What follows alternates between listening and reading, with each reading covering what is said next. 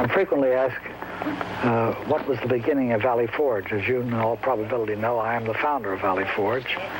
And it seems quite incredible that in 40 years' time I have been permitted by, shall I say, a divine superior to create an institution which has become so world-renowned. In all probability, I would be listed as a conservative educator because I do not believe in handing over the government to youth, which has become the fad in so many colleges and universities.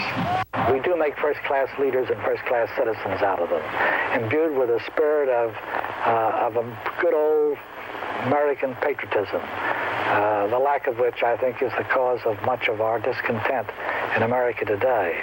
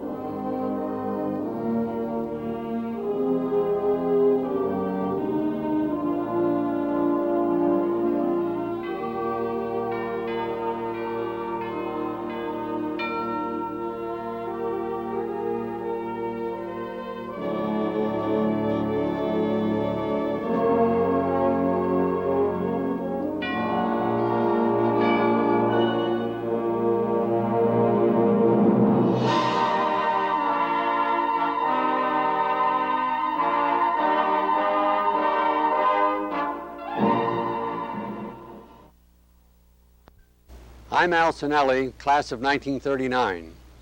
I am presently the chaplain and the assistant to the superintendent. It's a privilege to join in this commentary a man who has been a legend at Valley Forge, Major General Milton H. Medenbach, Superintendent Emeritus, who enrolled me as a cadet many years ago. This is the former Cadet Major's Monument, which was converted in 1948 to the Valor Monument to honor those of the alumni who received the nation's gratitude for valor in combat. Incidentally, General Baker insisted on naming a building for me. And you know, the funny thing was, I never had an office in that building. We did not receive film for each and every year. So, for the moment, we will begin off post.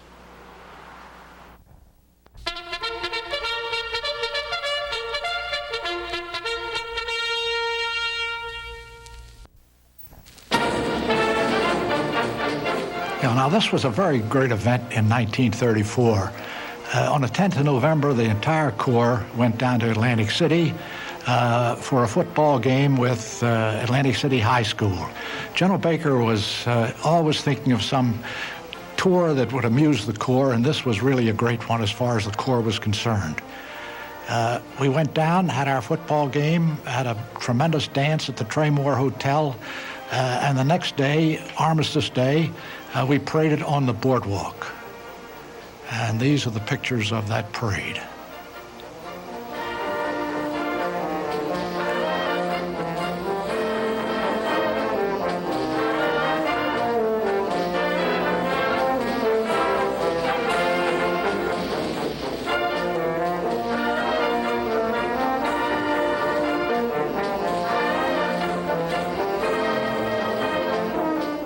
We marched down the boardwalk with the faculty as a unit heading the column. The Corps followed. And they did very well to the edification and the joy of all the Atlantic Cityers.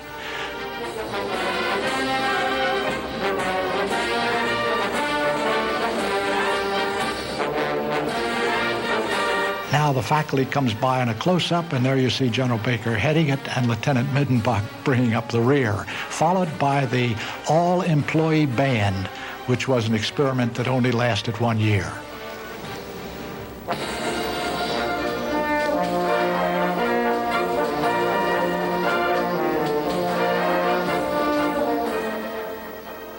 noticed the West Point style overcoat with a cape, and it was later discarded in favor of the long overcoat with the red piping that was so well liked by the cadets.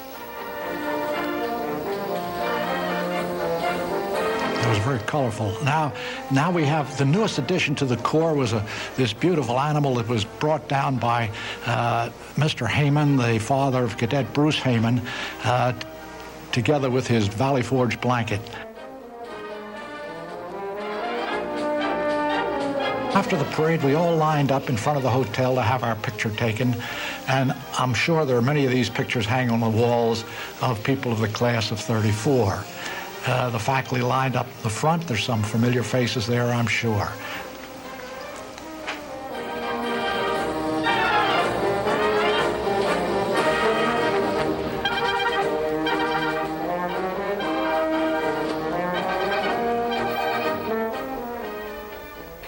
I'm Stuart Kidd, shown here as a plebe in 1936, wearing a dress gray jacket borrowed from Joe Palladino.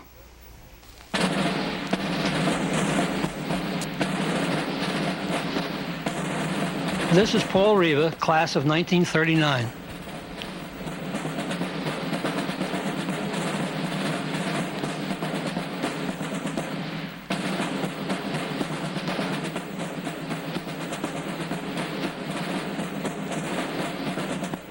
This is Paul Riva, Richard Roberto, and myself, Stuart Kidd.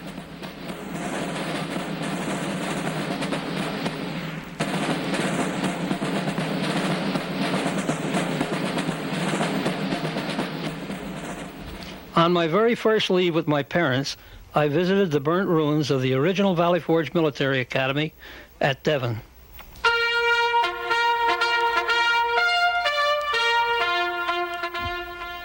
Colonel Baker had said, after I got everyone out, I consigned the building to the flames, and I saw my dreams go up in the sheets of flame.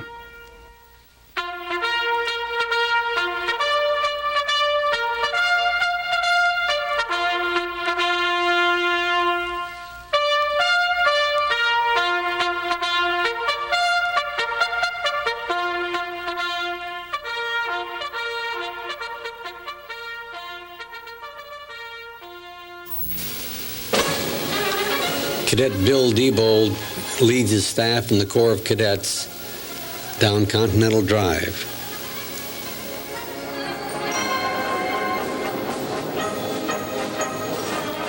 It is interesting to note with the cadets now, they are wearing the suspender belts that were used during this year with the dress gray uniform.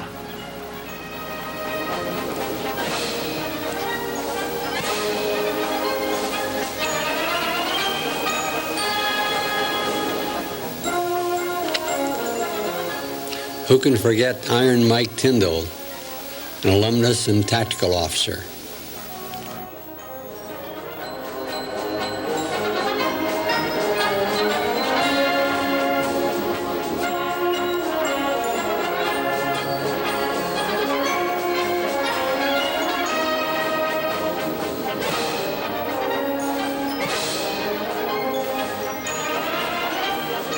This is a very good shot of the troop wearing their mounted dress gray uniform with the frocks.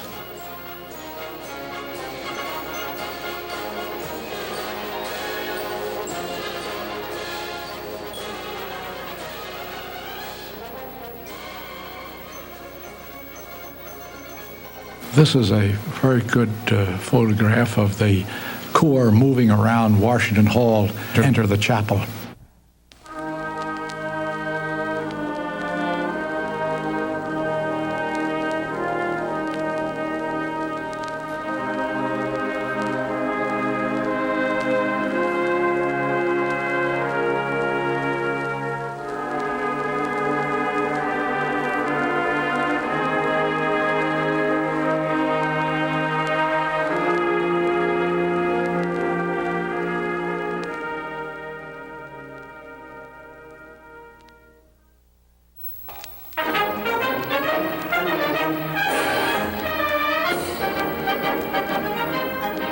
Colonel Baker, sitting in his office in Washington Hall, with his paperwork, which he hands to his adjutant, Lieutenant Medenbach.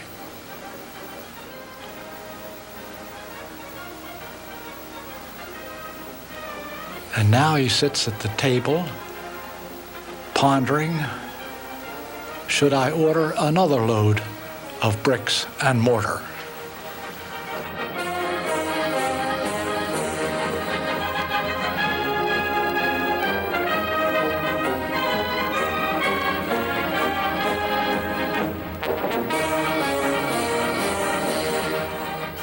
General Baker comes out of his office to greet his staff with Sparky Baird,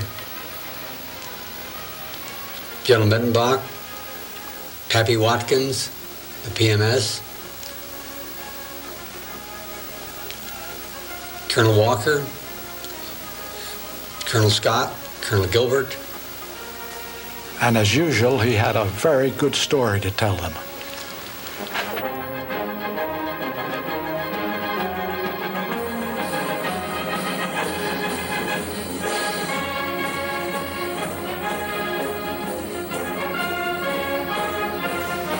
The flag is being raised by Pete Donahue, who later became company commander of A Company.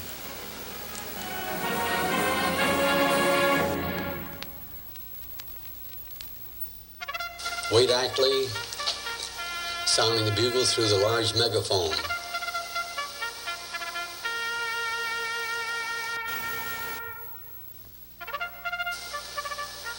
Here the Corps getting ready to go to classes. They form up on the area by sections in their cadet gray blouse, and note where the book bags are located on the shoulder. Later this was discontinued because it wore out the uniforms.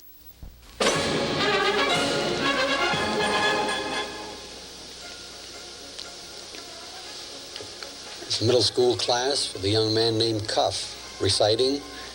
On his right is Cadet Dutton.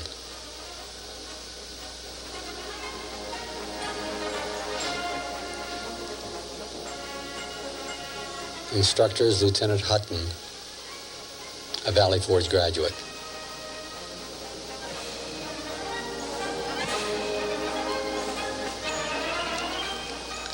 A dear and beloved instructor, Commander Hazard, the old sea dog. Never smiled. He seemed to dislike us. The cadet in the center is George Wicks.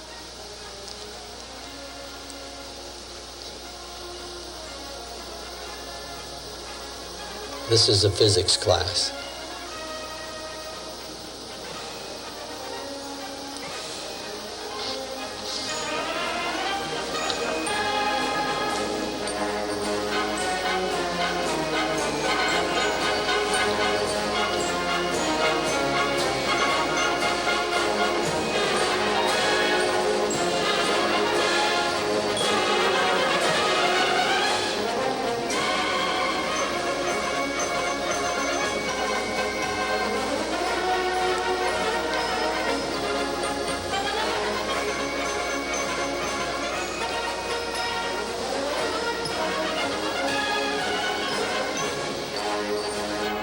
We're now in Captain Walker's history room. Seated in front of him is Ed Beadle, class of 1936. And next to Ed is Bob Popke. Clarence Kunsel is in the center in the second row. And behind him is Brendan Gassaway, who later became Dr. Gassaway.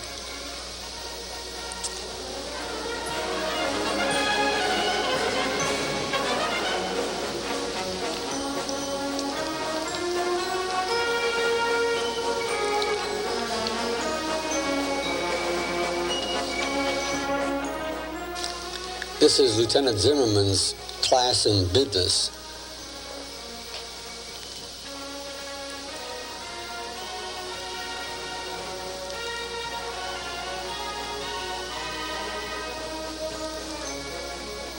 The cadet on the right is Fred Levy, and behind him is John Kiley, and to John's right is Roger McGovern.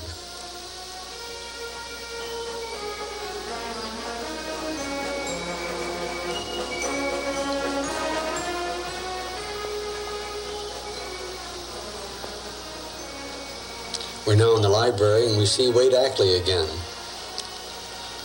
The officer in the background is Colonel Prentice,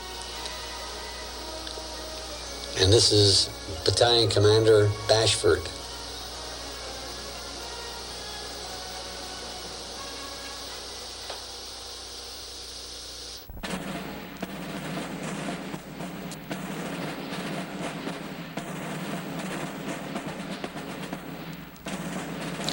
The Corps now leaves Shannon Hall, still in their cadet section formations.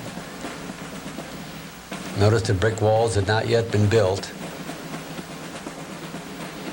The year was about 1937.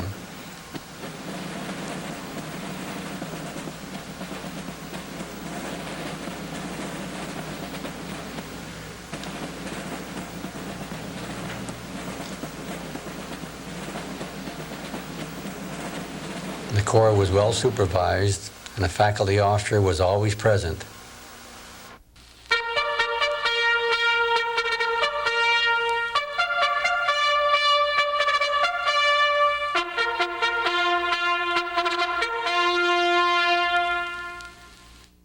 They break now to get ready for second mess. Notice it was known then as the concrete area, and the clock was in front of where Lee Hall is. Many alumni of the early 1930s remember of the then Lieutenant Medenbach as Charlie. The grounds for this nickname were very obscure until it was confessed that it was due to Lieutenant Medenbach's mustache and resemblance to the tall, thin movie personality of the 1930s, Charlie Chase.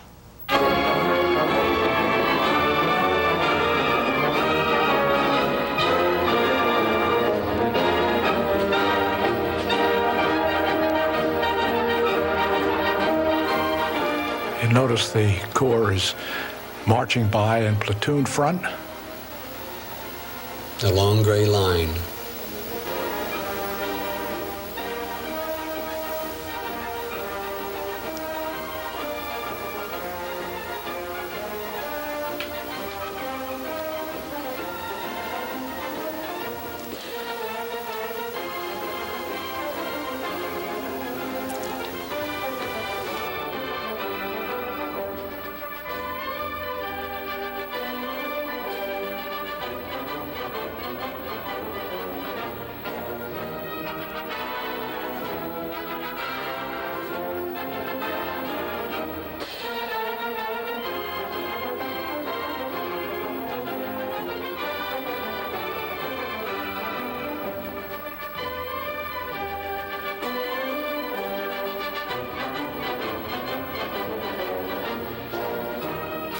Tall cadet is John Glover, became the cadet adjutant later, class of 38.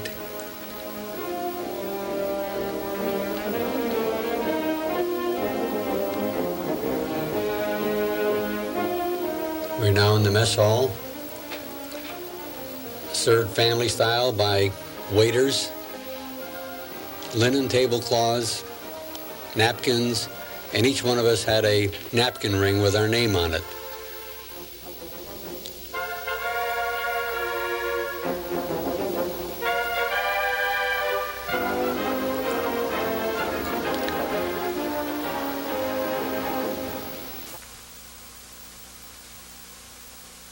J. Donald Stone, the cadet on the left.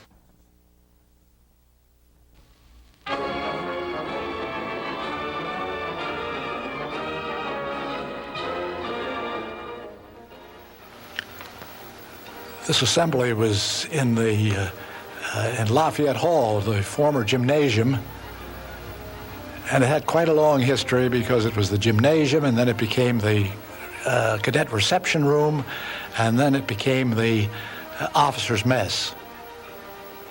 And unfortunately, it was destroyed by fire in the 60s.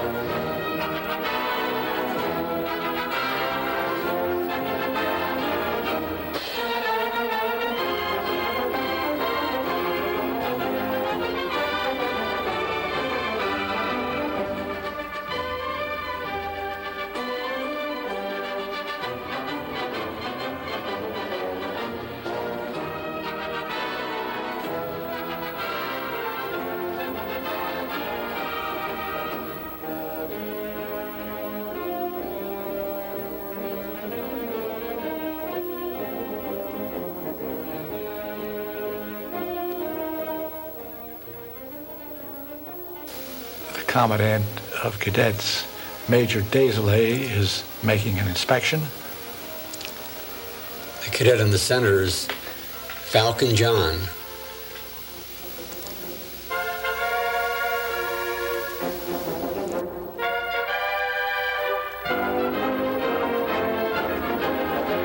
General Baker and his guests were always spectators at these formations.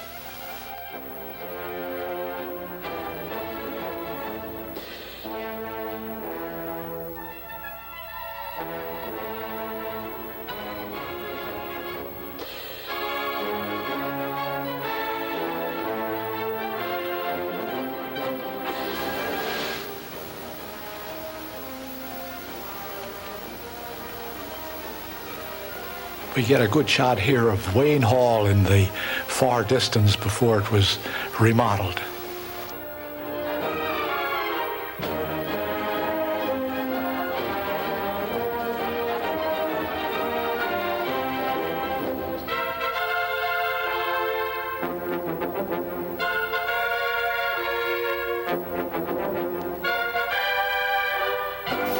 When the Corps conducted ROTC formations, they always organized themselves in what was known as the War Strength Company, and those olive drab uniforms were furnished by the government.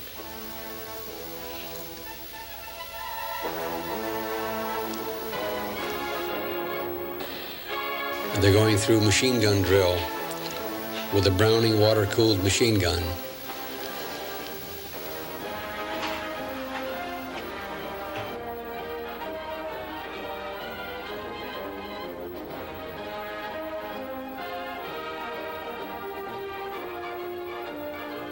Which the other weapon is the 37 millimeter cannon, which was thought to be a very lethal weapon in those days.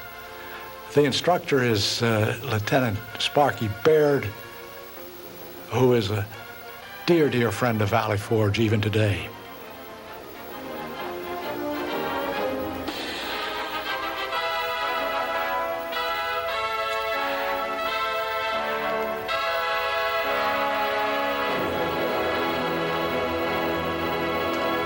This is another ROTC class. The cadet that you see in the far part of the picture is Paul Gravel. Next to him is George Carey, and next to George is Clarence Console.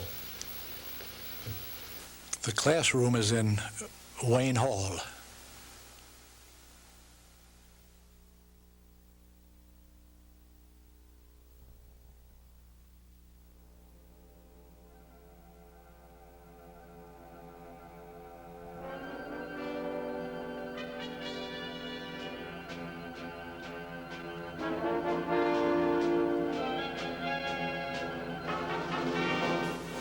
These are the old stables,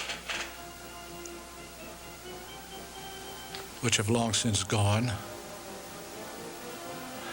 And the riding ring is now the location of Price Hall.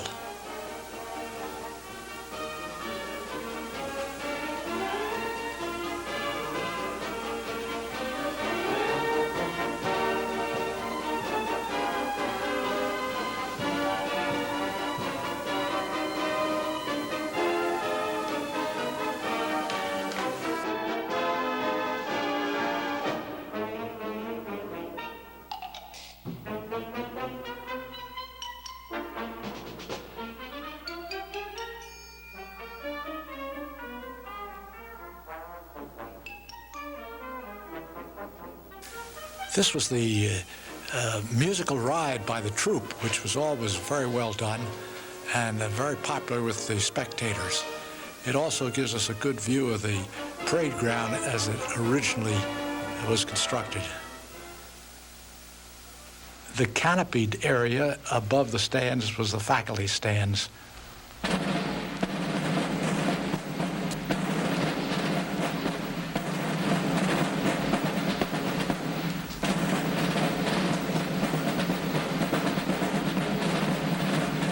The history of guard mounting goes very far back at Valley Forge and was always done with great precision.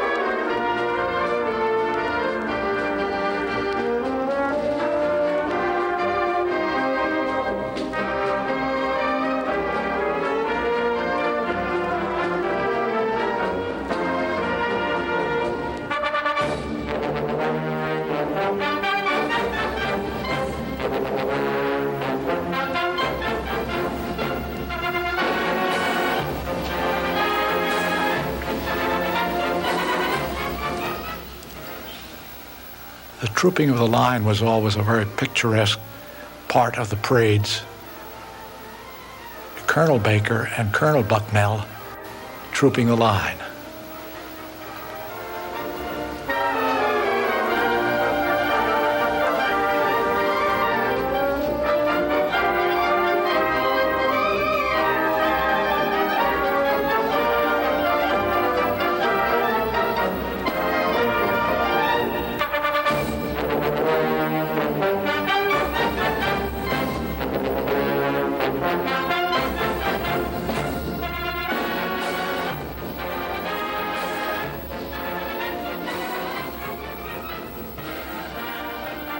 This was still the day of squads right, squads left, and platoon fronts.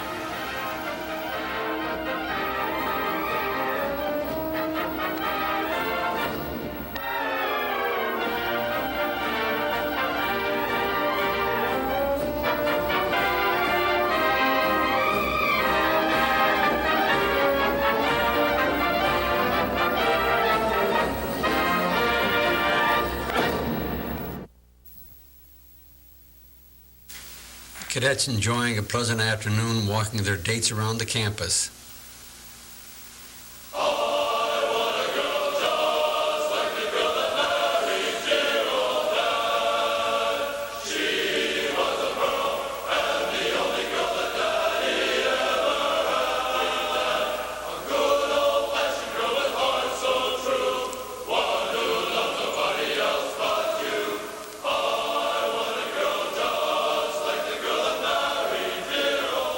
In this year, all the old buildings had been faced with brick to give them a spanking new look.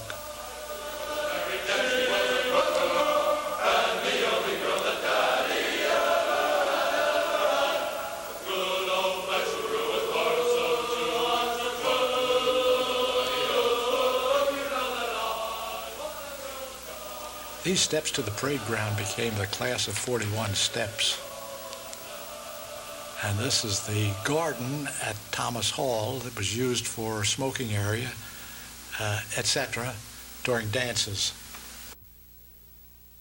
The doctor was absent this day, and so we had a substitute officer take his place to examine Cadet Peter Ohlweiler. He happened to be General Medenbach. I think he does an excellent job.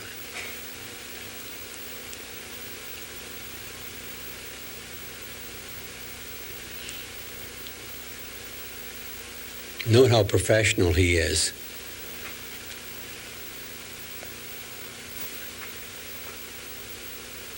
Great skill. Jungle Jim Reynolds, Director of Physical Education, weighs the cadets. That's Harry Mamo, class of 38.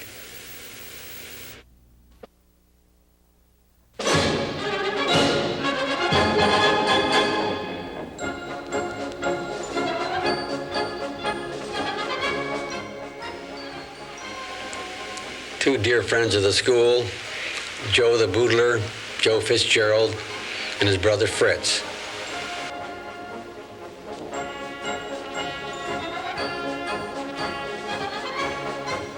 Bryce Moore comes up to take charge.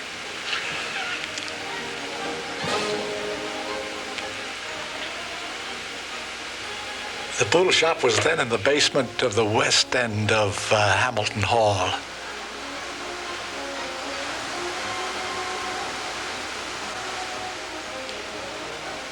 In those days, gentlemen kept their caps on.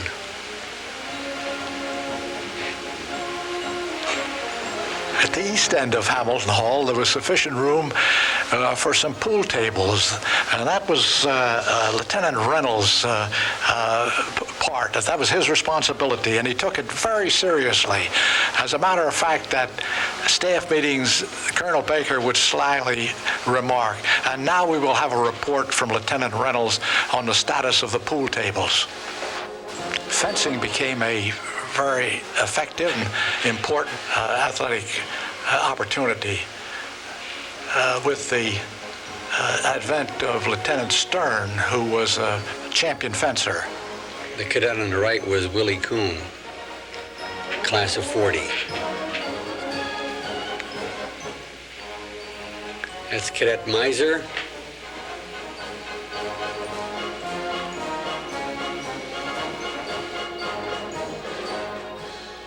These are the tennis courts behind Shannon Hall.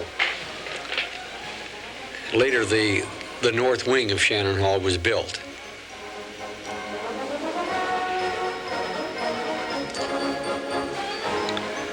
Charlie Grossman tries his hand at the javelin.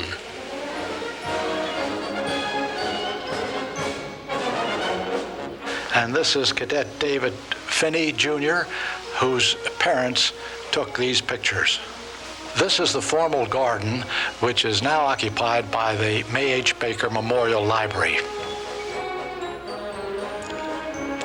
This is our beloved Ferd Lotak, bandmaster who exerted such a tremendous influence on the musical background of Valley Forge. As a matter of fact, we called him the father of the Valley Forge bands.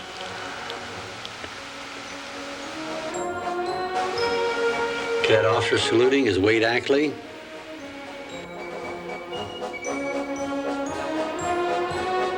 This is Bob Snyder, the cadet adjutant, class of 37.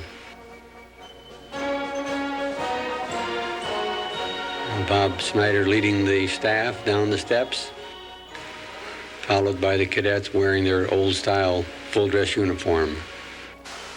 These were the cadet uniforms in the 1930s. From the left, overcoat fashioned from the British Guards garment, troop mounted parade uniform, cadet officer in full-dress parade uniform, dress gray uniform, gray raincoat, gray study jacket with overseas hat, gray Mackinaw for school and on the post, dress gray parade uniform with suspender belts, winter athletic uniform, summer Bombays, drill uniform, cadet full dress parade uniform. Winter athletic uniform was a colorful item, and there's a story about the garments. The Corps was in need of an athletic uniform, and the superintendent was determined to see that it had one. Since money was tight in those days, with typical Baker ingenuity, the superintendent hit on the idea that such a garment would be a very practical Christmas gift for each parent to give to his son. No sooner thought than done, and a letter suggesting this was dispatched to each parent. The results were, as usual, in the 99th percentile, and Captain Dyroff and his assistants were kept busy over the Christmas leave, wrapping packages with the red and blue athletic garments to be delivered to each cadet on his return, with a card saying, "Merry Christmas, Mother and Dad."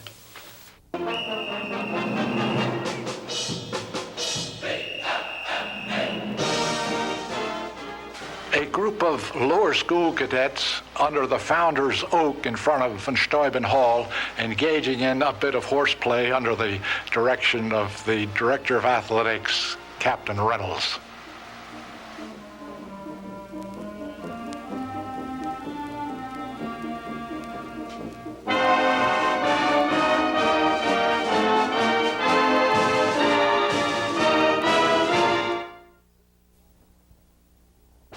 This is Roger McGovern's room on the first floor west of Hamilton Hall.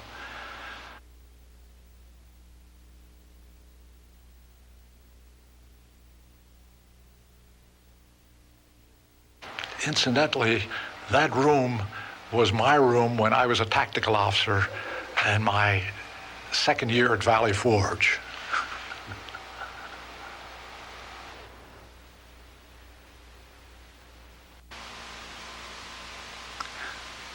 The arrangement of the lockers took up a great deal of the cadets' time and patience. There was always a competition within the Corps of who had the best-looking locker and the best-looking folded items. You will notice in the locker the white starched cuffs that were worn with the uniforms in those days, together with cufflinks.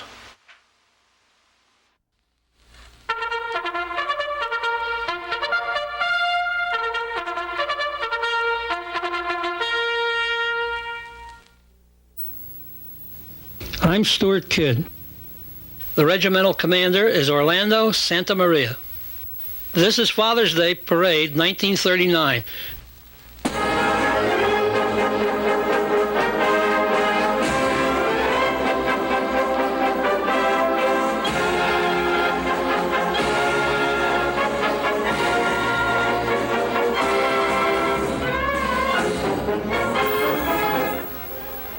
This is Mother's Day.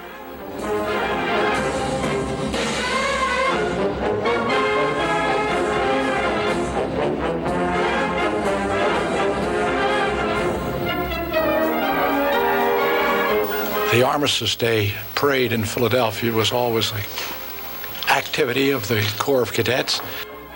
This is the year 1939, and the Corps is led in the parade by Bill Kuhn, the cadet regimental commander.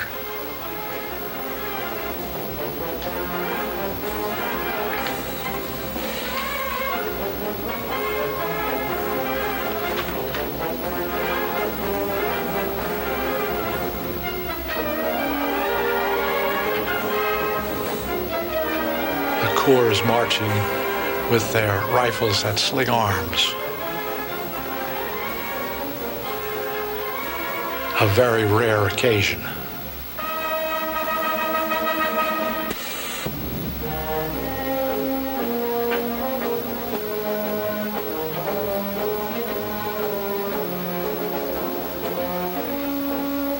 The troop always made a colorful appearance. It's led there by Captain Gilbert, the troop tactical officer, and the horses were all members of the Philadelphia Police Department, mounted squadron, who so kindly lent us their mounts.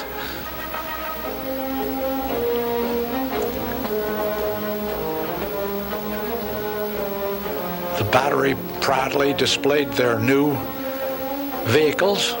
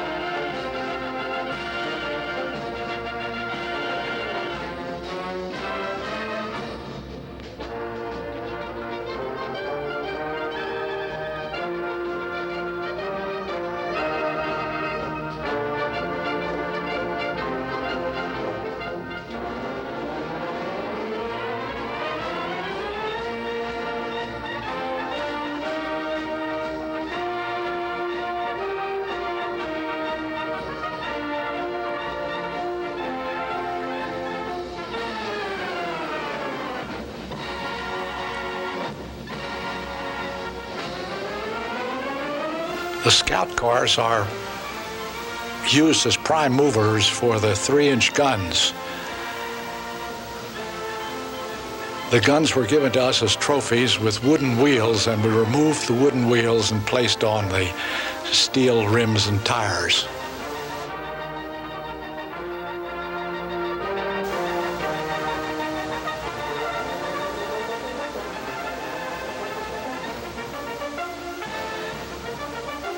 The year is 1940, and guard mountings are just as smart, precise as ever. The two officers of the day are standing at the guard mounting parade rest.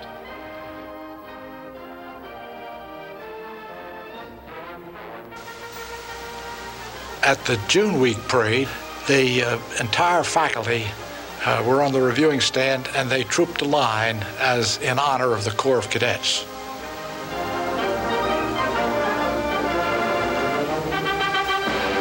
This was an annual ceremony at the end of the school year, handing out the cadet commissions.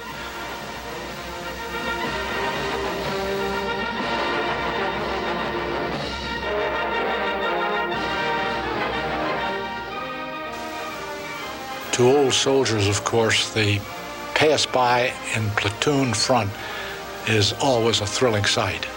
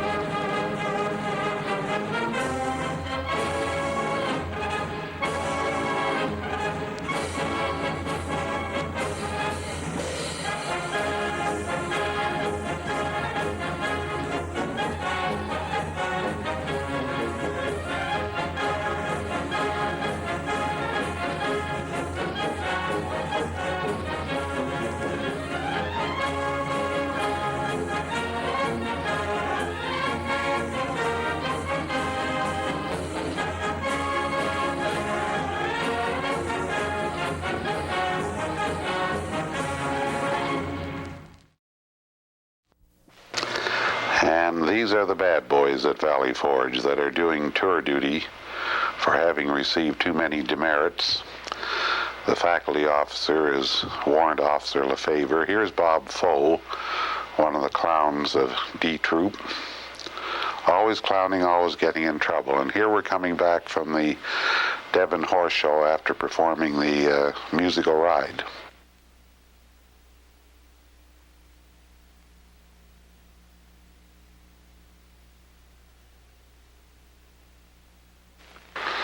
And here's the corps just before athletic drill. Here's Bob Foe again. And this is my best friend down there, Bob Rothstein. Here's Bob again, another clown. Bob, unfortunately, was killed in the World War II. And George Shields, another friend of mine at the Forge. Here's Manuel Felipe Garcia from Venezuela.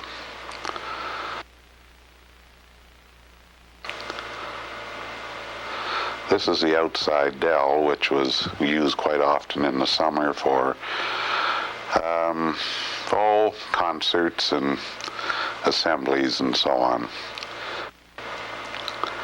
And here's the Spirit of 76.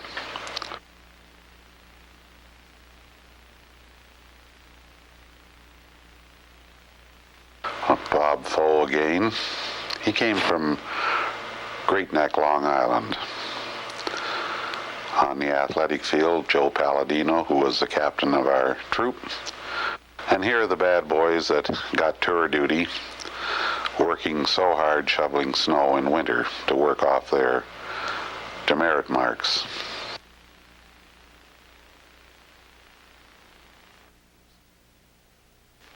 George Harrison, either early fall or spring, exercising, probably spring, exercising his horse. The horse looks pretty crummy because it's got his winter coat on.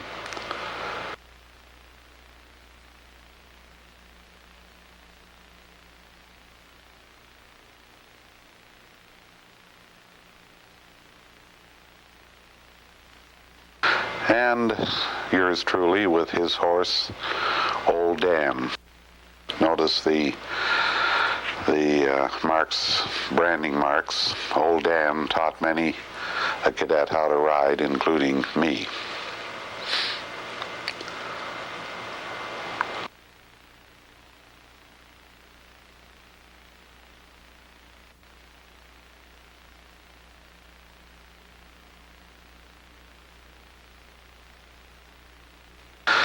Now we're passing the dell where we had to salute every time because there were 3 cadets that were going home on Easter leave, and they were killed in a plane crash and buried on the post. George Harrison fooling around. And this is the outdoor smoking area. We were only allowed to smoke in the boodle shop and the outside area. And of course had to have parents' permission in order to smoke. Here I'm clowning around with 3 of my cronies, emulating the cadet staff. Notice the precision, of course.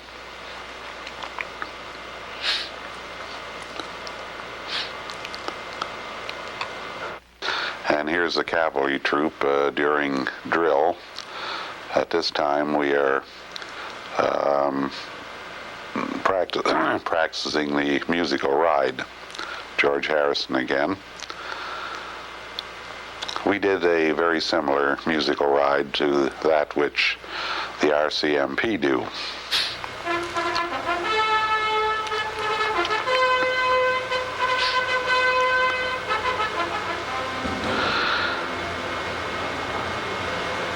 The singular figure there, of course, is the tactical officer.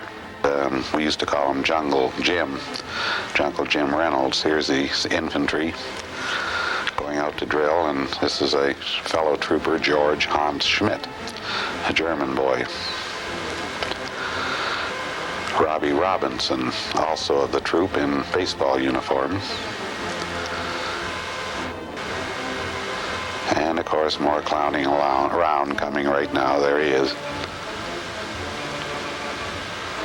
There were 3 infantry companies, 1 artillery battery, and here's the cavalry troop of which I was a member, coming out on the parade ground. 3 infantry companies, 1 cavalry troop, the band, and a battery of artillery. The band, of course, was all scholarship and an excellent band. Here's the Battery E, the artillery, passing by in formal review, and the Cavalry Troop D, coming down to pass in formal review. Please note the straight lines. These photographs, I believe, were taken by my dad. And here's the troop coming off the field after the parade, and there I am. I believe, we were told anyway, that our musical ride was on a plane with that performed by the Royal Canadian Mounted Police. And here's the changing of the guard, which occurred every night at 5 o'clock. The old guard and the new guard, and accompanied by the band. And it was quite a little bit of pageantry every night, as I said, at 5 o'clock.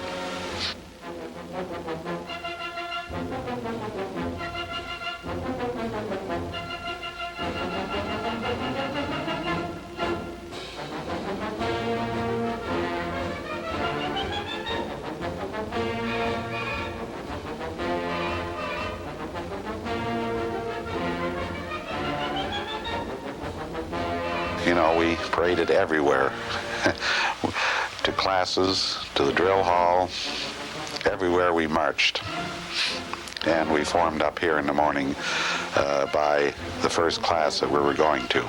This was a very windy morning.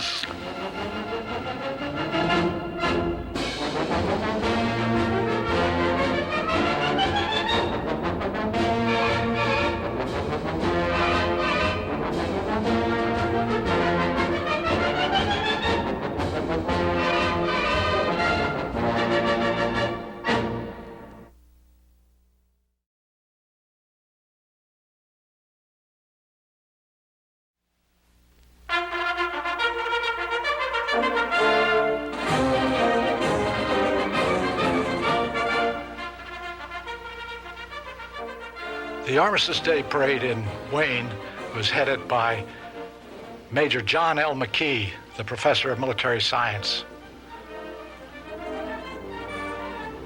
This was one of the few parades where the Corps marched with fixed bayonets. That's sling arms.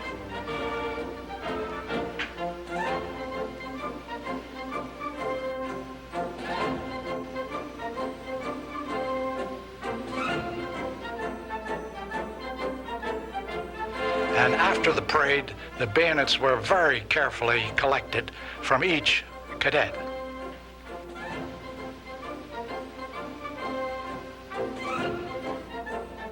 In days gone by, this was a very familiar picture on the meal before recognition parade. The Corps is wearing the gray Mackinaw.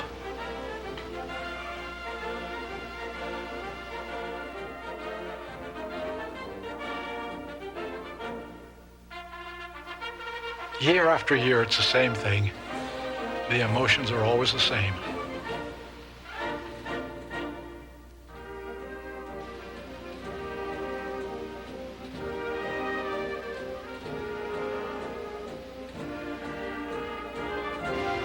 These films were provided by Elmer F. Martin, class of 1943. I have one thing to say, that it was a privilege and an honor to serve with these gentlemen. It makes this old dog face feel happy that I served with them. And as I read over the little messages they left in my cross sabers, it brought back fond memories and maybe a tear or two.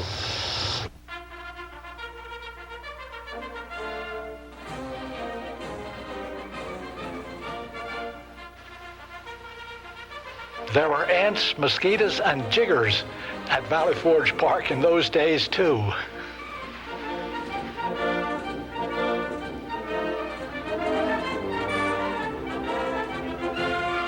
Being in the Philadelphia area, the Corps always attended the opening game at Shibe Park when the Phillies met their first visitor. And part of the ceremony for the first game was a parade by the Corps cadets of the Academy.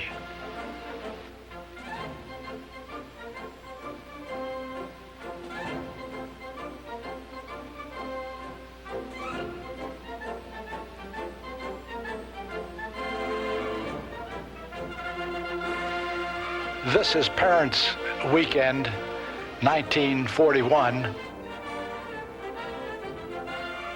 The football field that was constructed on the hill behind Hamilton Hall in 1932 and which gave way to the Chapel, Mellon Hall, and Parker Hall was often referred to as Baker Field.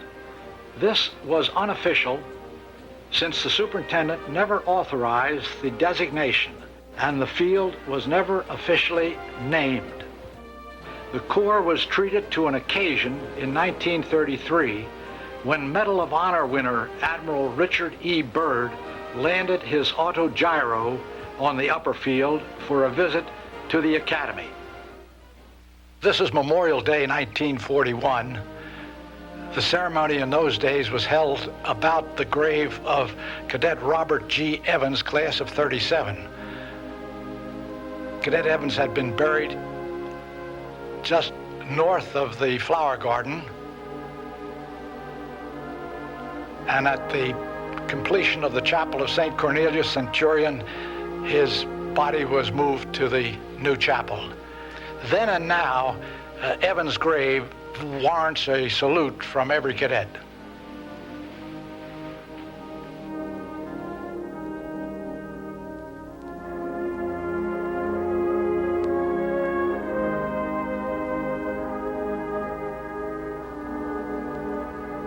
Alan W. Rucker, Jr., class of 1943, killed in action in World War II. Justin A. Piet, class of 1941, C Company, killed in action, World War II. Joseph M. Palladino, class of 1941, Cadet Major.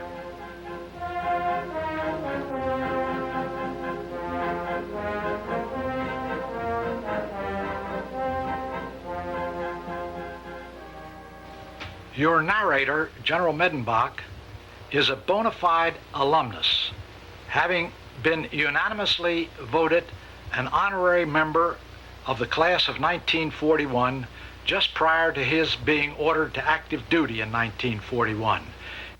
He wears his class ring proudly. My favorite story is the very wise saying of an exercised Greek father who was trying to change his son's desire to seek the easy way and withdraw from the Corps. Having about lost his patience, he blurted out in his broad accent, "Boy, if Valley Forge was good enough for George Washington, it is good enough for you."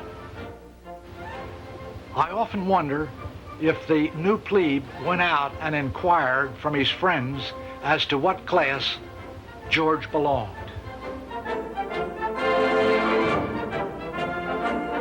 This was the original home of the Cushing bell. The bell was hung and it was rung for athletic victories. Later it was moved to the mess hall and it was used to call the Corps to attention. This was our game with Nottingham on the upper field.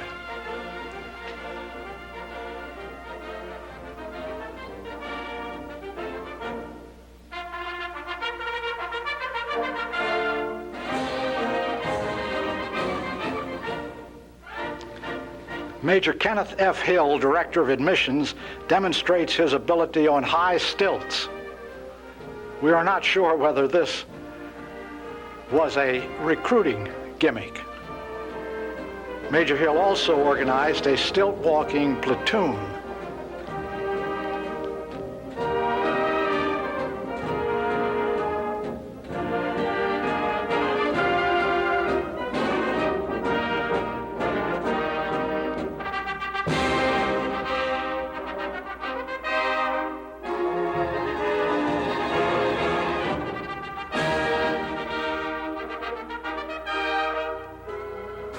This is Frank Conti, class of 1945, who in 1941 as a plebe was obviously demonstrating that which he had learned from an effective plebe detail during plebe training.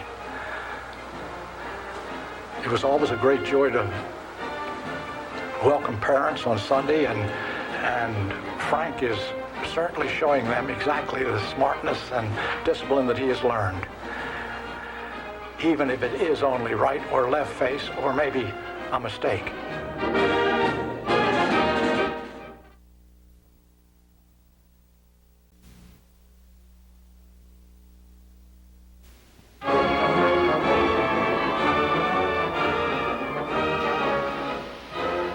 During the war years, bayonet training became a part of the routine. And during these years, every facet of the Valley Forge training took on a very serious aspect. The need for seriousness became very real, very desirable, and very important.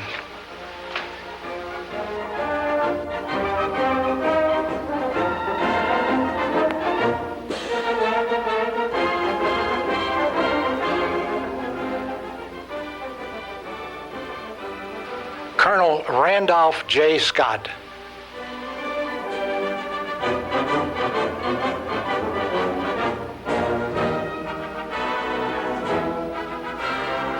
Walter Geis, the barber, in the employee's uniform that was worn when they acted as ushers at parades. The cadet regimental commander, Paul M. Gravel.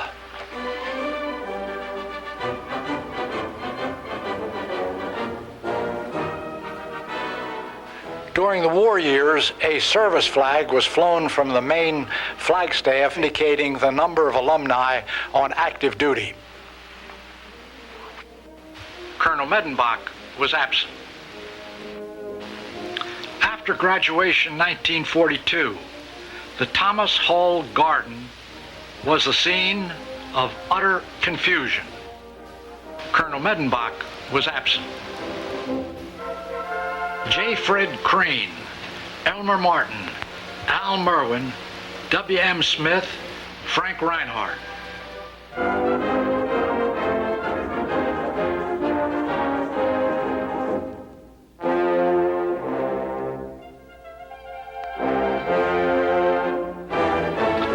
In the youthful days of the Academy, the faculty always were entertained with a fancy dress ball, and Milton and May Baker appeared in chubby Santa Claus suits with gleaming black boots and a hearty ho, ho, ho.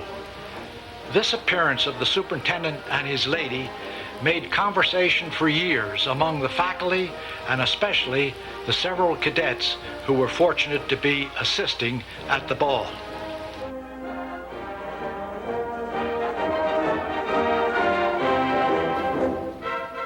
Regimental commander is Dewey T. Pfeiffer.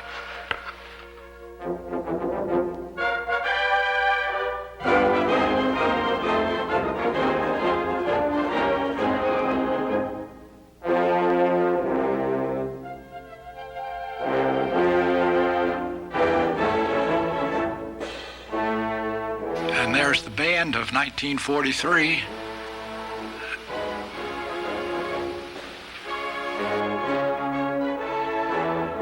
And the cadet with the symbols is Charles Vacher, class of 43.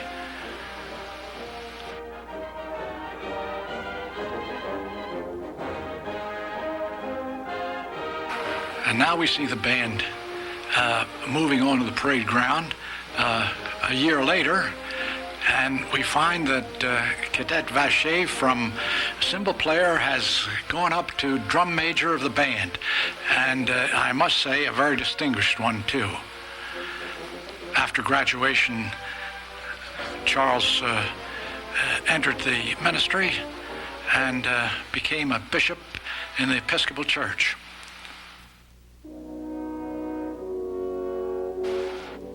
Chaplain Colonel E. Raymond Boblitz was the popular chaplain of the Chapel of St. Cornelius the Centurion and a successful registrar in the admissions office for many years.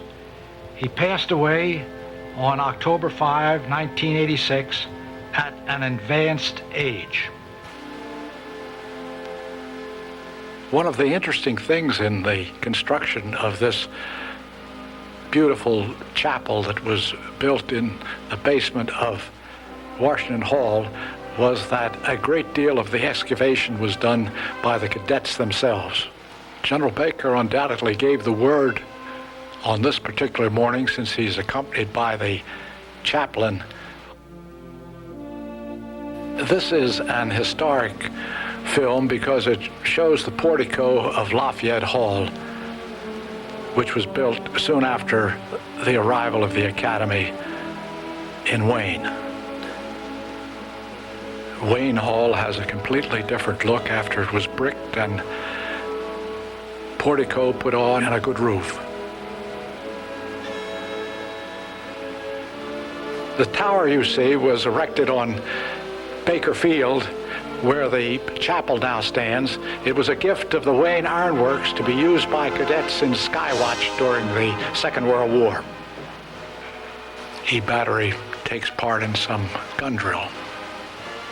In the background is the new tower on Hamilton Hall. It was a gift of the class of 1938. And the clock faces on the tower were from a defunct bank in Royersford, which we were able to purchase for the pre-inflation price of $150.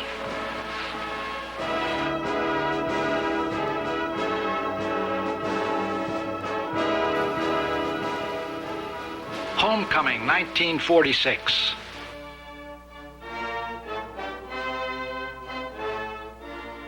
Mrs. May Baker,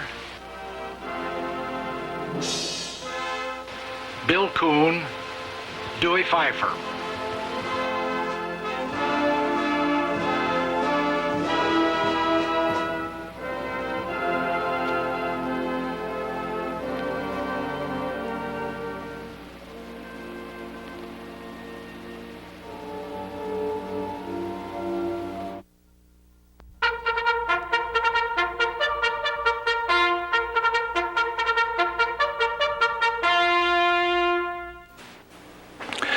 The year's the mid-40s, and the Corps is moving to the football field for a football game. They marched down the track and then marched into the stands. In the distance, the faculty apartments are being constructed. Typical formation of the Corps of Cadets, giving a cheer before going into the stands.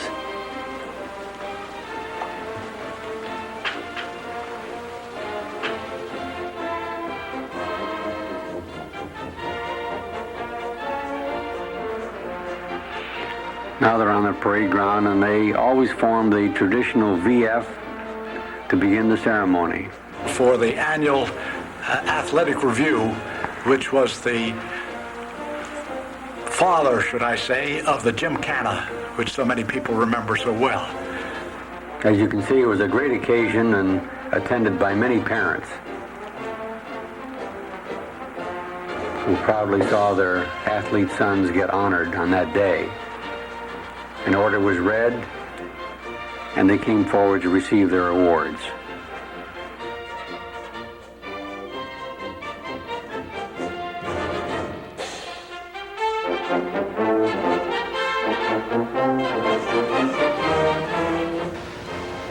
Can you name this young man? A future chairman of the Board of Trustees. Colonel John W. Black, tactical officer of E Battery, now deceased. And part of the program on Father's Day was always a demonstration by infantry cadets on small unit tactics.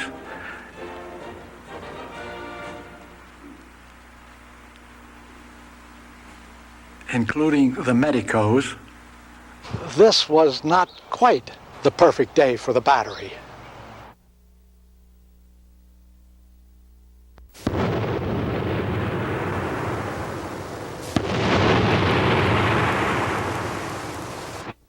Try again.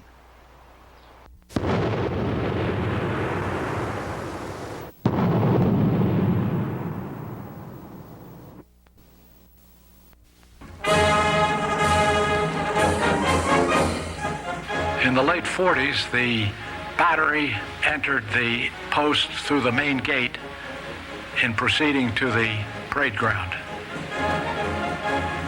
And this part of entering the parade ground was quite tricky, especially when one considers the toes of the visitors sitting in the front row of the stands.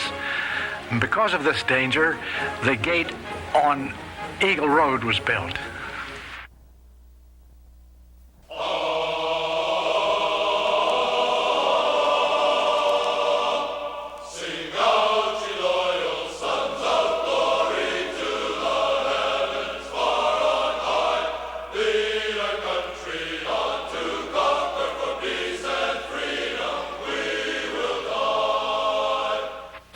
I'm Peter Morocco. At the beginning of my only year at the Forge, General Baker wanted a new official school song and expected each of us to write our own as a course requirement in English.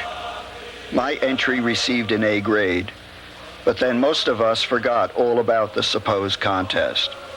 Many months later, seated as a plebe during evening services in the old chapel, General Baker surprised everyone, most of all me, announcing suddenly that my composition for English had become the official school song.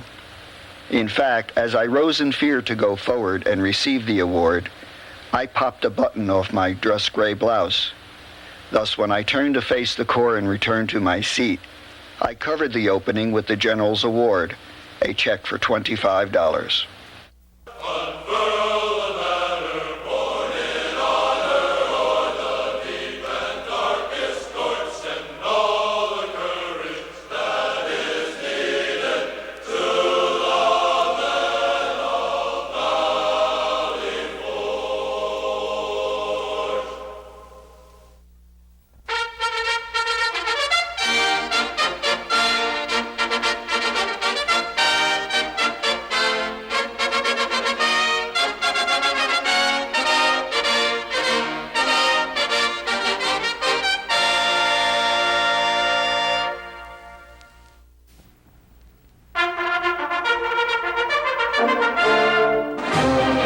This is the Corps at government inspection in 1950, coming up onto the main area under the command of Henry Lush, the cadet regimental commander.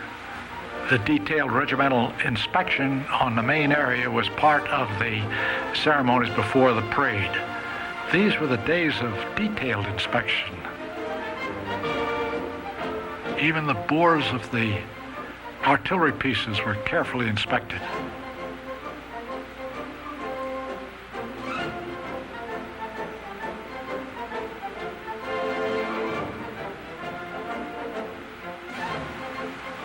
The inspecting officer from the Army, accompanied by Colonel Fletcher and the Commandant of Cadets, take the pass-by. This is a very good shot to show you the new blouse that was put into effect, displacing the ball button jacket for full dress parade. This, I might say, was the first edition of it. There were some changes later. These were great additions to the troop and to the battery. We were fortunate to get a number of M8s and M20s.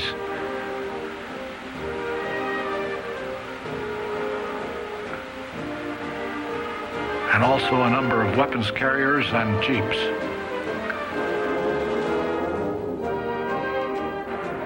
It's the battery coming down Radnor Street Road and turning left into Eagle Road.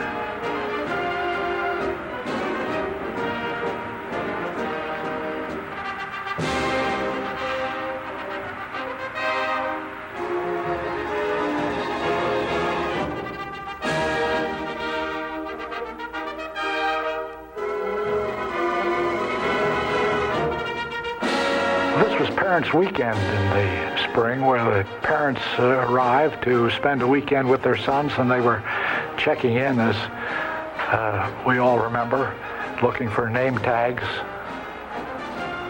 and being welcomed by the faculty.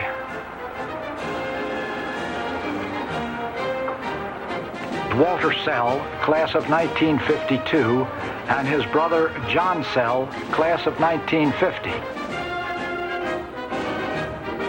Mrs. May Baker, wife of the superintendent. Nothing was impossible to Milton Baker. We needed a large lake for use by the summer camp for swimming, boating, and fishing in the early 1950s. And without delay, bulldozers appeared to scoop out a 3-acre lake from the former football, baseball field at the property at Eagle and Paul Roads, which exists today as Edmonds Lake, named after David Edmond, class of 1938. Coach McCullen was delighted to have a little larger place to swim in than his bathtub in Lafayette Hall. The lake is now the property of Radnor Township.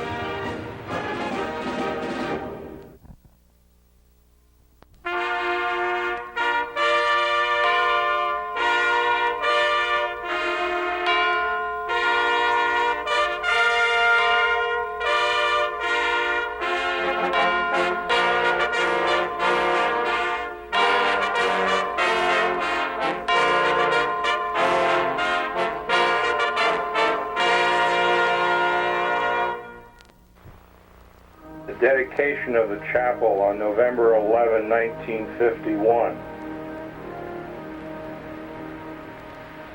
Choir coming out from the side. Notice no transepts on the building, and this was, of course, before the front or the facade was also brought forward to build the narthex. Colonel Walker, chaplain, Paul Roebling, the crucifer,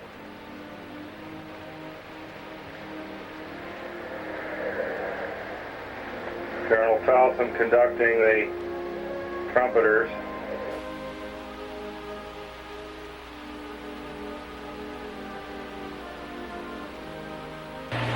we are assembled here to witness the consecration of this holy house of God and to pay solemn tribute to those men of the Corps of Cadets of yesterday who gave their lives for God and country in order that we may continue to enjoy the privileges of this great nation.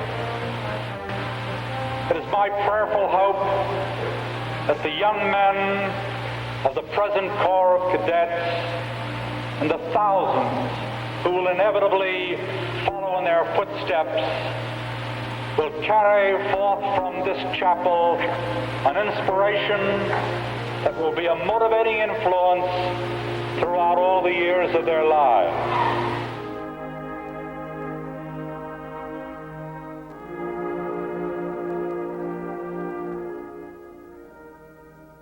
Notice the absence of Mellon Hall between there and the chapel.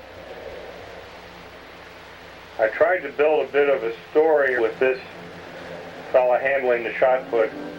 He was from the battery. His name was Olson, if I remember. He was rather continuously in trouble, but he was a very good athlete.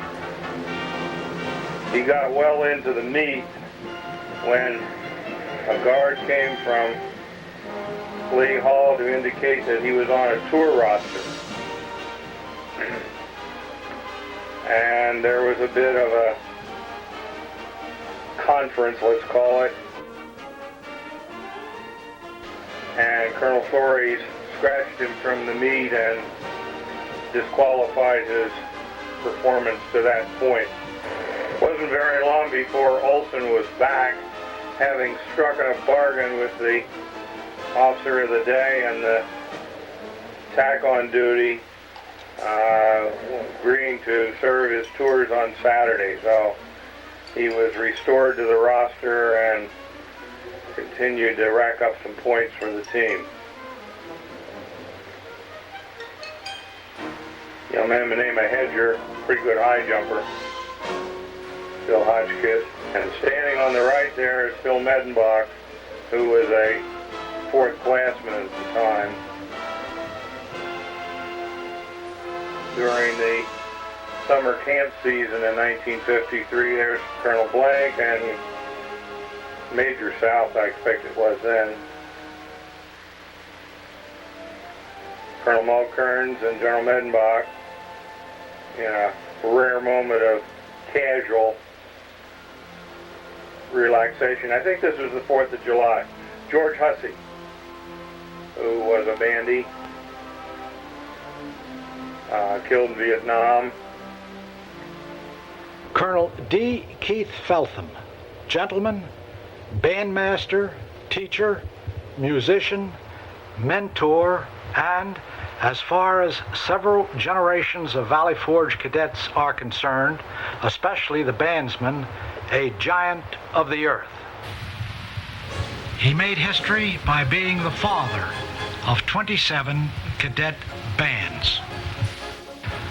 The superintendent had a driving passion for keeping cadets' beds filled in barracks, and the following exchange regularly took place.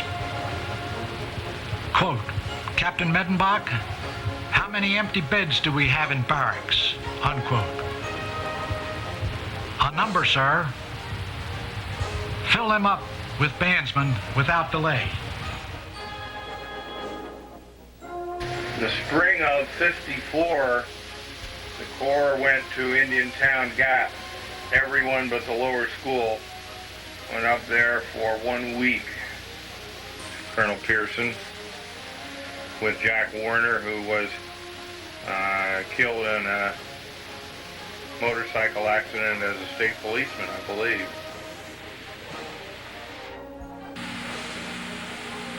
This is Spring Festival 1954 with Aidan Capron, the cadet regimental commander. The Corps is assembling for church parade on Sunday morning. In those days, we wore the red belt with the full dress uniform and carried our red hymnal to chapel.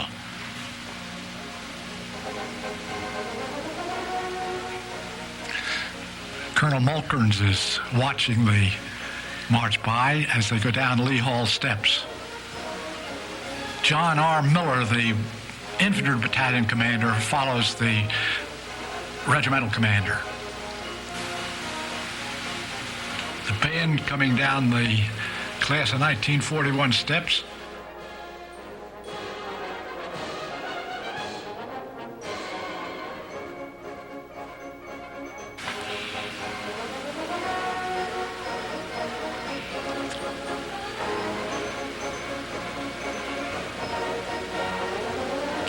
Many people have felt that the wholesomeness of the Corps could be determined by their performance on the parade ground. They did well. It seemed that everything else was in place too.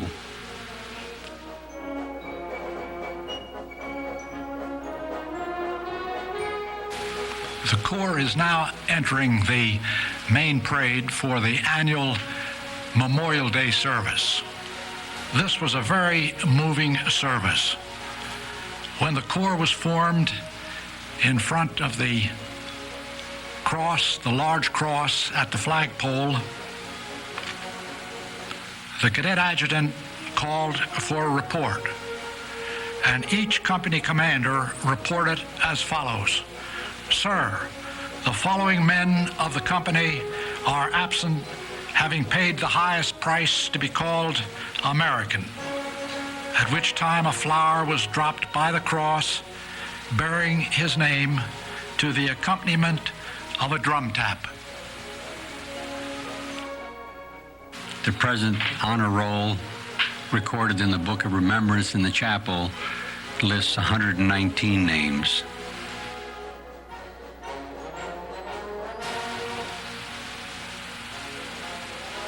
General Ridgway, the Chief of Staff of the Army, is received by the Guard of Honor on a visit to the Academy.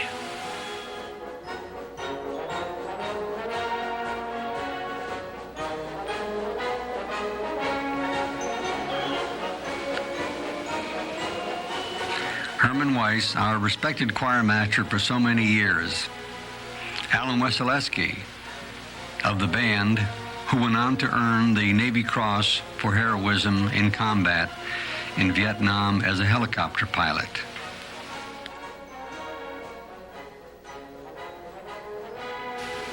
General Ridgway honors the Corps by trooping the line. Capron is accompanied by his adjutant, Flower.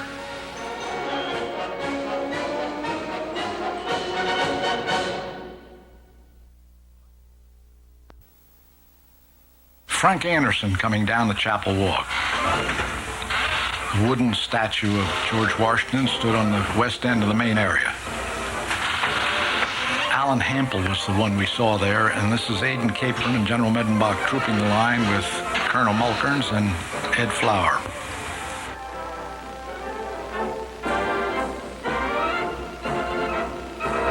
George Hussey is the drum major.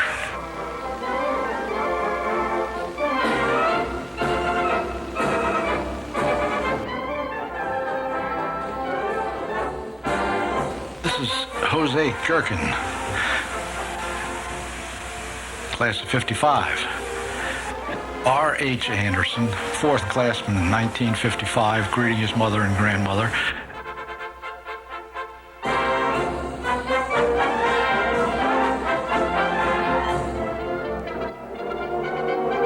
And now Phil Medenbach.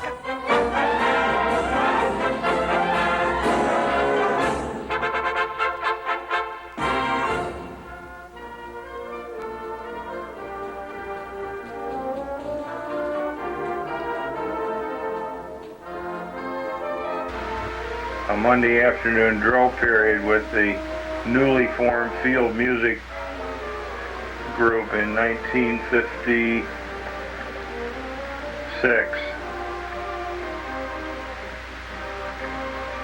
That was the year we asked every new cadet in the 7th and 8th grade, would you rather have a bugle or a drum? Because regardless of what inclination they had, they got one or the other.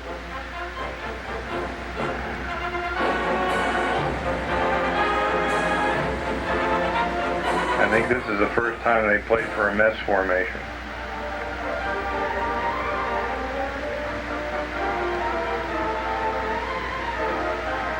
Pictures here of Alumni Day 1957. The RC was Arthur Keogh. It's when the parade field was still all grass, no hardtop. Drum major for the field music was my company commander, Jeff Hornaday. Jeff went on to the Air Force Academy and was killed taking off in a fighter in Thailand in 1967, I think it was, 67 or 8.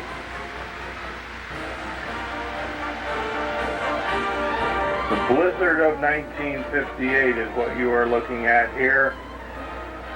The big snow. And we had lots of it.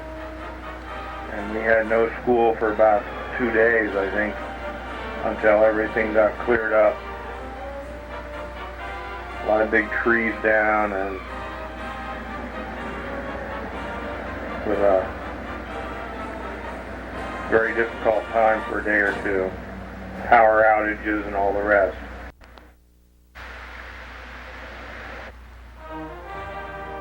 Band football show in the fall of 1960.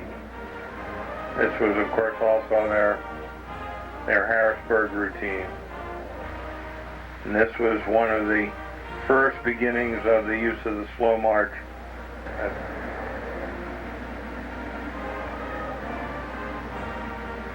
This was the first use of the slow march as a part of a event on the parade field, and this is what came as a surprise to lots of spectators who had watched many previous parades but hadn't seen this. And here comes the general with ex-President Eisenhower. This was something like 4 months after he had finished his term of office. The first Eisenhower visit was in the spring of 1961, and There you see Mrs. Baker and Mamie, time when we were carrying a complete set of the 13 state flags in formation.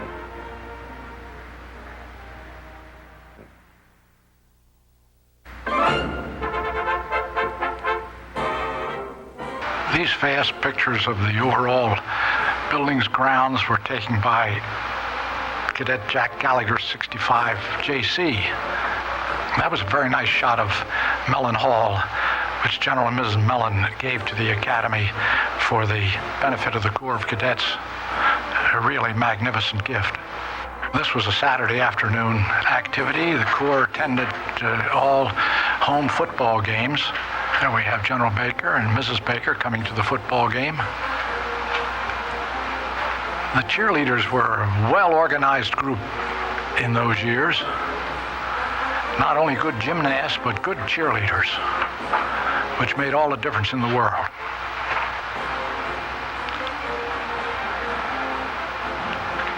This was the procedure in the years before 1973, when the Corps marched on the area each Saturday morning for regimental inspection. That's Lieutenant Colonel James Kelly, United States Marine Corps, retired, was tactical officer of F Company and later became Assistant Commandant of Cadets in 1973. This was a demonstration of the Butts Manual, which always took place at our spring gymkhana to show the achievement of the cadets and the work of the physical training department. Our physical training department was staffed with graduates of the British School of Physical Training at Aldershot in England, and they were all experts, and they did some tremendous things.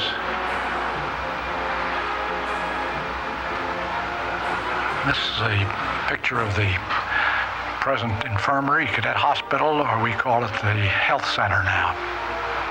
This large area that's used as a parking lot there was built primarily for parking to take the excess number of cars that we had, but later it became a beautiful drill area for inclement weather. This shows the way the Corps of Cadets moved into position for the annual Recognition Day parade. This film was taken in the fall of 1962, in which the Corps was led by Cadet First Captain Joseph Formisano of the class of 1963 Junior College. And now he congratulates the cadets as they are being recognized.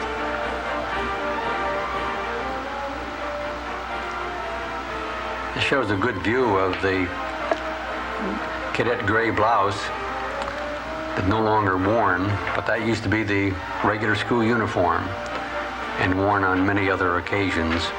The golden sword, an artifact from the Middle Ages, was presented to the Academy by a good friend.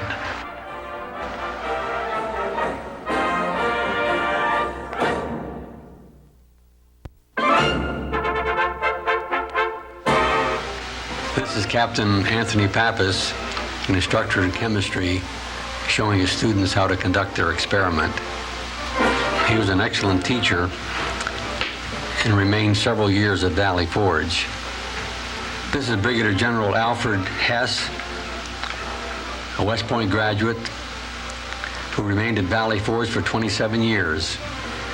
This is Colonel David Gardner, another stalwart officer who stayed at Valley Forge for 32 years as a professor of history.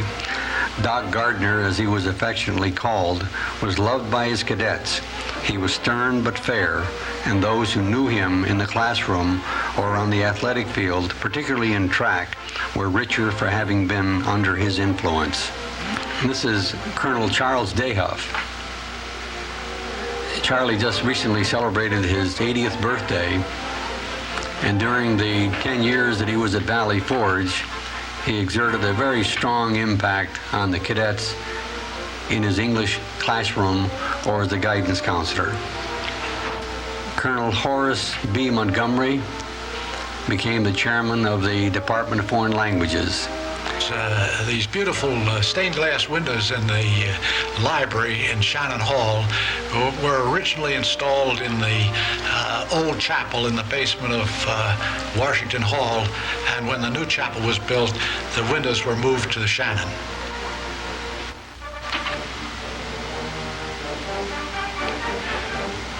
Physical training and gymnastics became very important in the training of cadets during these years under the direction of our British officers, graduates of the School of Physical Training at Aldershot, England. Captain Leonard Turner was another of our British officers, Colonel Walter Badham, and another one, Captain Harry Hodson, Bert South, whom so many alumni remember with such affection.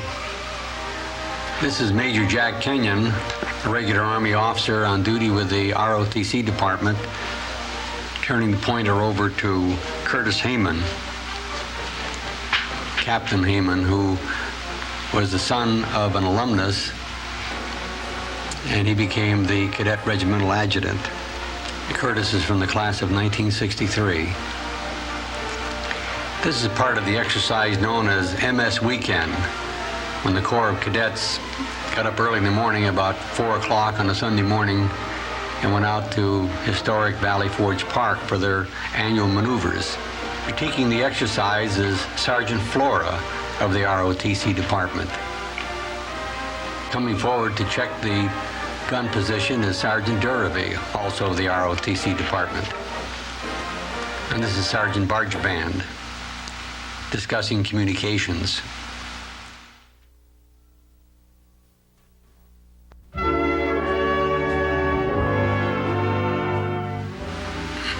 It's time for the Valley Forge dance, and cadets wend their way to Mellon Hall. There's Cadet Soroka on the right, Regimental Sergeant Major. This is the cadet orchestra known as the Cadets. They played for most of our social activities at the Academy.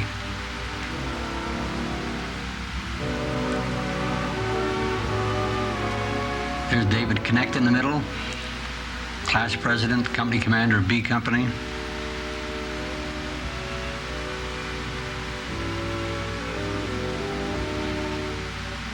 A very nice tradition at all the formal dances was the ceremony of taps played at the end of the dance.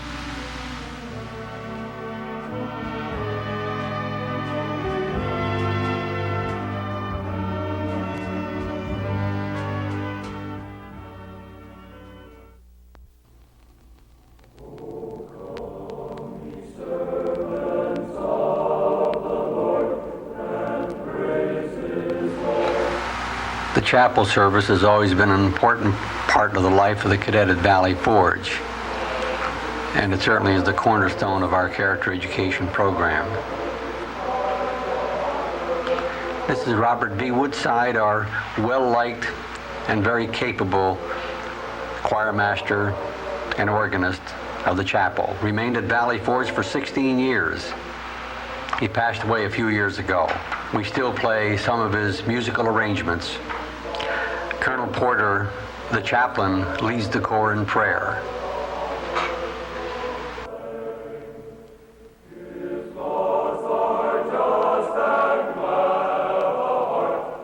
And these pictures were taken in the gym the night of the Christmas pageant for black and white television at Christmas of 1963. And they're not very good, but it was a big event, especially for yours truly, who directed the pageant from 1961 through 1970, including the last one that ever was.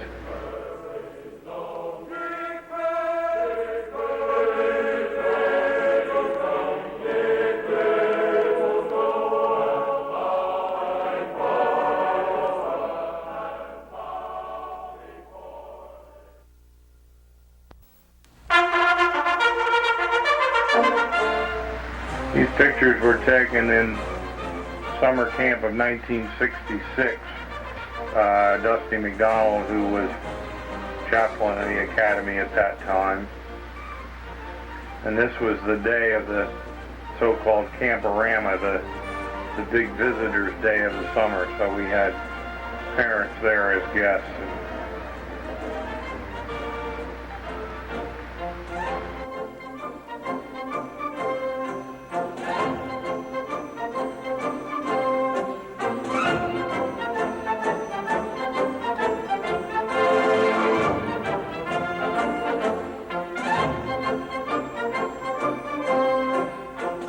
One of the military science weekends, some in 1966 and I think some in 67.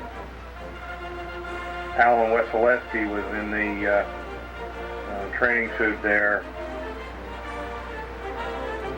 Had some demonstration activity over on the field adjacent to the field house, riding hall. Colonel Blanchard, who was PMS at the time.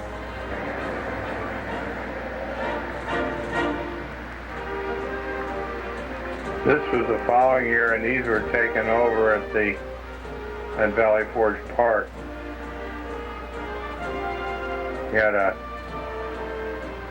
Sunday morning, early Sunday morning outdoor chapel service while the Corps was on bivouac over there at the park. Spectators brought their chairs just like they did to the Battle of Bull Run.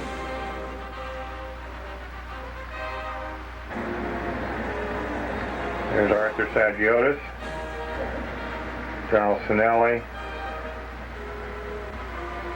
General Feltham, of course, General Keogh, John Dodson, yours truly. They really had a good time over there. Junior college summer session picnic.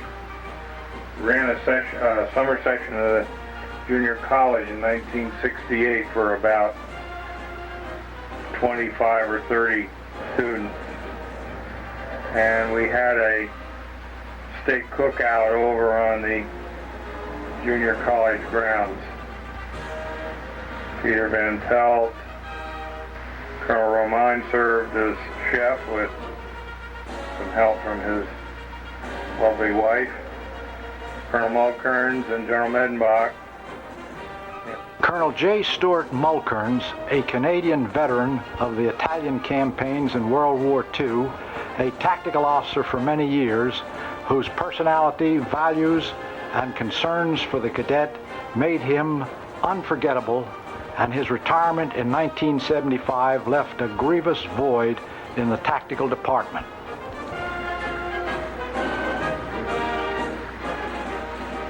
Also, we're very rocket conscious at the time, and we were ready to engage in a little experiment of putting that poor little mouse up in a rocket. Our primary objective is academic, because we know that to be a good leader, one must have a basic and firm educational background. In all probability, I would be listed as a conservative educator, because I do not believe in handing over the government to youth, which has become the fad in so many colleges and universities. I don't mean to infer that the young man of 19, 20, 21 is not qualified to assume responsibility, because an administrative responsibility, because he is. But when we think of turning over the mechanics of government to 19-year-olders when they should be continuing their work in institutions of higher learning, I must admit that I don't concur. We do make first-class leaders and first-class citizens out of them, imbued with a spirit of a good old American patriotism, the lack of which I think is the cause of much of our discontent in America today. General Pershing used to say, Show me a formation of troops and I'll tell you whether they're good, bad, or indifferent. And I can say the same to you in this instance.